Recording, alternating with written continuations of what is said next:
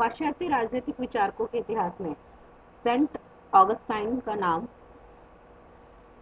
बहुत आदर से लिया जाता है, क्योंकि सेंट एम्ब्रोस के महान शिष्य थे सेंट ऑगस्टाइन। उन्होंने मध्य युग में चर्च और राज्य के संबंध में अपने विचार की चर्चा करते हुए चर्च की सर्वोच्चता के सिद्धांत की आधारशिला रखी थी। सेबाइन का मानना था कि ऑगस्टाइन की रचना द सिटी ऑफ गॉड एक ऐसी विचारों की खान है, ए माइन ऑफ आइडियाज है, जिसको खोदकर परवर्ती ईसाई विचारकों ने मूल्यवान विचार रत्न निकाले थे। जहां ऑगस्टाइन के हम लाइफ स्केच की चर्चा करें तो उसमें हम देखते हैं कि प्रारंभ से ही जो ऑगस्टाइन थे वो अपनी एक प्रतिभाशाली व्यक्ति थे, और इसी कारण उनके पिता ने उन्हें अच्छी शिक्षा दिलाने के लिए का प्रबंध किया था। ऑगस्टाइन ने जो है वो अपने ईसाई धर्म ग्रहण किया था और वह दक्षिण अफ्रीका से वापस लौटकर बिशप बन गए थे। और इन्होंने जो है ऑगस्टाइन का जन्म ऐसे समय में हुआ था जब दक्षिण और पश्चिमी यूरोप के बर्बरों के कारण ईसाई धर्म के लिए गंभीर संकट उत्पन्न हो गया था। तो आप समझ रहे हैं कि चर्च की सर्वोच्चता का सिद्धांत क्यों उत्पन्न किया उन्होंने, क्योंकि उस समय ईसाई धर्म के लिए एक संकट उत्पन्न हो गया था। सभ्यता और कैथोलिकवाद दोनों का भाग्य अधर में लटका हुआ था। ये एक ऐसे संक्रमण काल का प्रतीक था जब भ्रातृवाद का अंत हो रहा था और ईसाई धर्म का मध्य युग प्रारंभ हो रहा था। ऑगस्टाइन पर कुछ विचारकों का प्रभाव पड़ा, जिसमें हम उनकी चर्चा कर सकते हैं। जैसे प्लेटो से उन्होंने न्याय का सिद्धांत, सिसरो से राष्ट्रमंडल की अवधारणा, स्टाइको से एक सार्वत्रिक राज्य की नागरिकता का धारणा ग्रहण की थी। इन धारणाओं में ऑगस्टाइन ने ईसाई धर्म की आवश्यकता के अनुसार परिवर्तन कर दिया गया था। उनकी प्रमुख रचनाओं में हम चर्चा कर सकते हैं, जैसे द सिटी ऑफ गॉड, ईश्वर की नगरी, उनकी एक महत्वपूर्ण पुस्तक कही जा सकती है।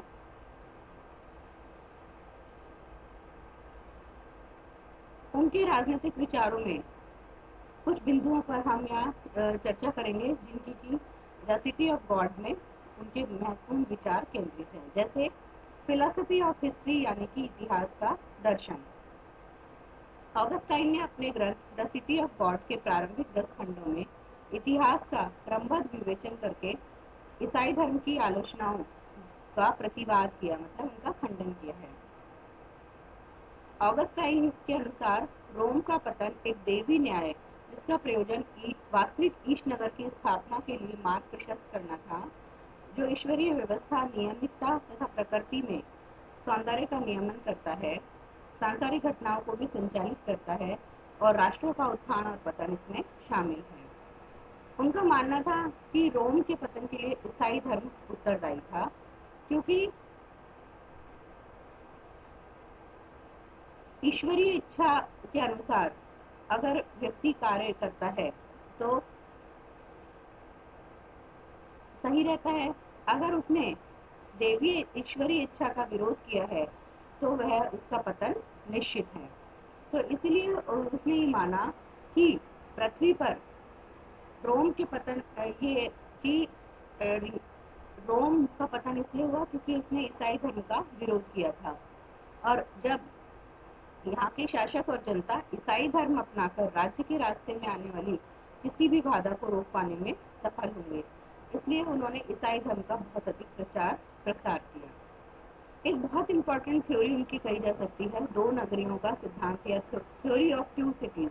ये आपके छोटे छोटे उसमें भी पूछा जाता है क्वेश्चंस में कि ऑगस्टाइन ने अपनी पुस्तक द सिटी ऑफ गॉड के खंड 11 से 22 तक ईश नगरी का चित्रण किया है। इसमें वह दो नगरों का चित्रण करते हुए कहता है कि भौतिक नगर नष्ट होते रहते, लेकिन एक स्थायी नगर भी है। दो नगर हैं, भौतिक नगर और एक ईश्वर का नगर। कि भौतिक नगर तो नष्ट होते रहते हैं, लेकिन एक ईश्वर का नगर है, और वह क्या है ईश्वर का नगर? वो चर्च है। उनका कहना है कि एक तो सिटी ऑफ अर्थ है, सांसारिक नगरी है, और दूसरी है ईश्वरीय नगरी। तो सांसारिक नगरी तो नष्ट होती रहती है, लेकिन जो ईश्वरीय नगरी है वह बनी रहती है, स्थायी होती है। ईश्वरीय नगरी सार्वदेशिक और सार्वकालिक होती है, और सांसारिक नगरी नश्वर और अस्थायी होती है। जैसे ऑगस्टाइन ने इस कंसेप्ट को मानव स्वभाव के दो रूपों, शरीर और आत्मा से जोड़ा है। जैसे उसका मानना है कि ईश्वरीय नगर का संबंध किससे है? आत्मा से है, लेकिन सांसारिक नगर का संबंध किससे है? शरीर से है। सांसारिक नगरी का संबंध मनुष्य की वासनाओं से है, और इसलिए वह शैतान की नगरी कही जाती है, और पाप की नगरी होने के कारण उसका पतन, ऑगस्टाइन के अनुसार उसका पतन निश्चित है। इस पाप की शुरुआत देवताओं की अवज्ञाओं से शुरू होती है और बाद में गैर ईसाइयत के रूप में प्रकट होती है। ऑगस्टाइन ने रोम साम्राज्य का पतन भी इस पाप में जीवन के कारण माना था। तो ये तो हो गया सांसारिक नगरी, यानी कि उसने जो तुलना करी वो करी मानव के शरीर से, कि मानव का शरीर जो होता है वो अस्थायी होता है, जबकि आत्मा चिरस्थायी होती है। ठीक उसी तरह से उन्होंने बताया कि ईश्वरीय नगरी अविनाशी तथा स्थायी है। यहाँ पर लोग धर्मपरायण लोग रहते हैं, सभी लोग ईश्वर के प्रति अपनी निष्ठा से बंधे हुए हैं, और इसकी जो आधारशिला है वो शांति और आध्यात्मिक है। इसलिए जिस प्रकार से ऑगस्टाइन के अनुसार उसका मानना था कि सांसारिक नगरी बुराई का प्रतीक है, जबकि ईश्वरीय नगरी अच्छाई का प्रतीक है। ईश्वरीय नगरी का सदस्य बनने के लिए सच्ची योग्यता ईश्वर का भजन करना है, उसका अनुसरण करना है, ना कि कोई भी जाति, राज्य या वर्ग है। वो कहते थे कि ईश्वरीय नगरी में सभी लोग प्रेम से एक दूसरे के साथ बंधे हुए हैं और ईश्वर से बंधे हुए हैं, और सभी एक समाज के सदस्य होते हैं।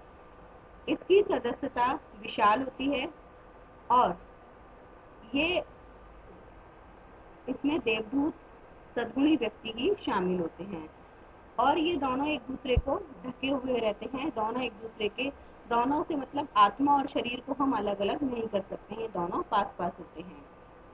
और अगर आत्मा और शरीर में संघर्ष उत्पन्न होता है तो उसमें ईश्वरीय शक्ति यानी कि आत्मा विजयी होती है।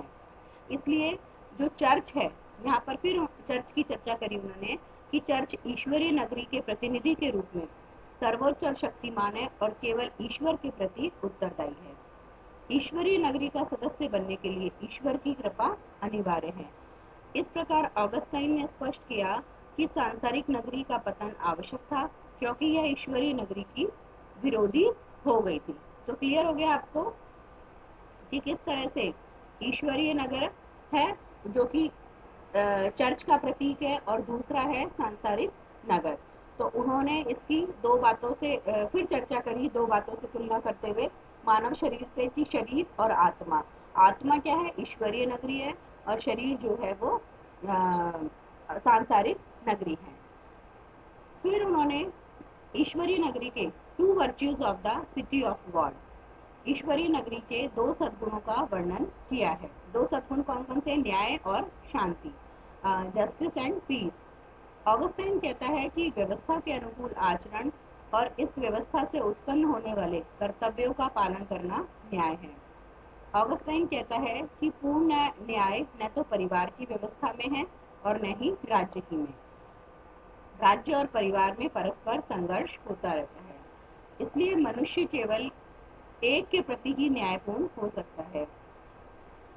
राज्य व परिवार में न्याय सापेक्षिक होता है, पूर्ण न्याय नहीं होता, क्योंकि सापेक्षिक का मतलब होता है रिलेटिव, कि आज आपको कोई चीज न्यायपूर्ण लग रही है तो आप उसको मानोगे, लेकिन कल परिस्थितियां बदलने पर अगर वह न्यायपूर्ण नहीं लगती है तो आप उसको नहीं मानोगे।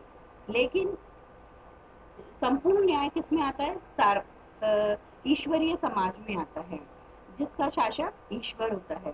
इसका संचालन सब मनुष्यों के लिए ईश्वर की इच्छा द्वारा ही निर्धारित होता है। एक राज्य इस व्यवस्था का उल्लंघन कर सकता है तो वह अन्याय पूर्ण होगा। व्यक्तियों द्वारा अपने राज्य की अवज्ञा करना और सार्वदेशिक व्यवस्था का पालन करना न्याय संगत होगा। तो ऑगस्टाइन की धारणा हमें जो न्याय की धारणा है वो प्लेटो से अधिक व्यापक है। क्योंकि प्लेटो की जो न्याय की धारणा थी वो समय और स्थान से बंधी हुई थी।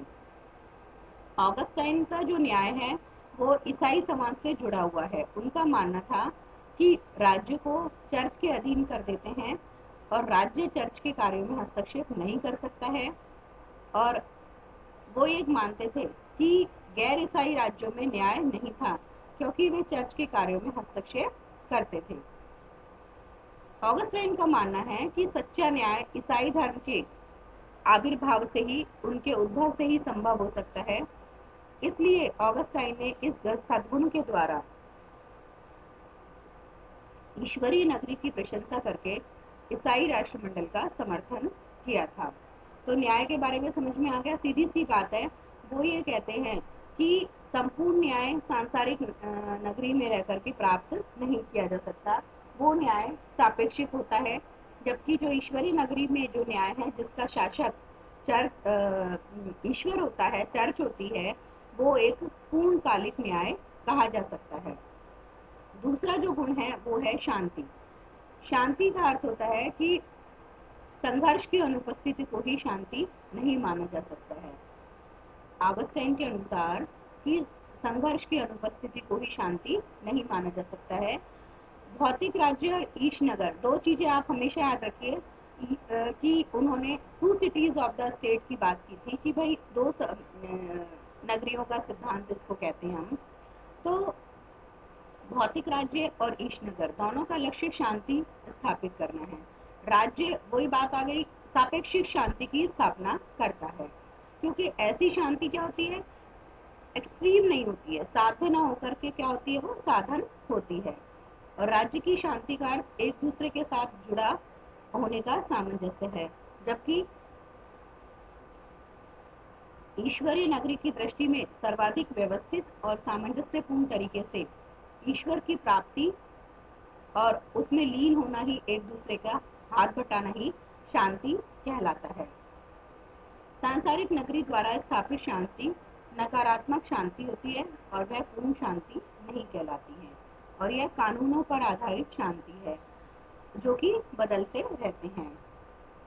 पूर्ण और सारदेश, ये हमने पढ़ा कि पूर्ण शांति तो जिसमें चर्च में रहकर ही और ईश्वरीय राज्य में रहकर ही प्राप्त की जा सकती है, और सांसारिक राज्य में सिर्फ सापेक्षिक शांति को ही प्राप्त किया जा सकता है।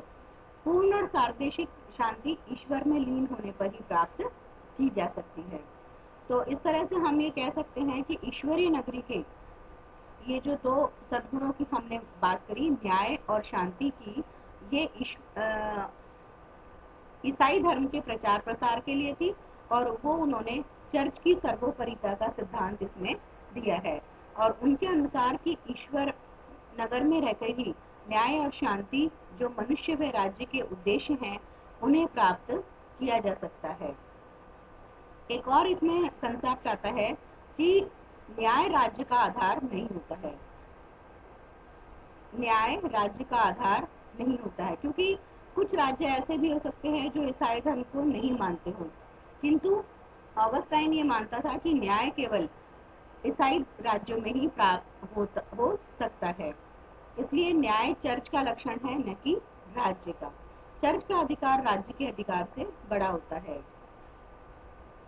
ऑगस्टाइन मानते थे कि जो व्यक्ति समूह में रहते हैं, उनकी प्रवृत्ति और उनके पाप के कारण राज्य की उत्पत्ति हुई है, और राज्य की स्थापना ईश्वर द्वारा मनुष्य को पापपूर्ण जीवन से मुक्ति दिलाने के लिए की गई है।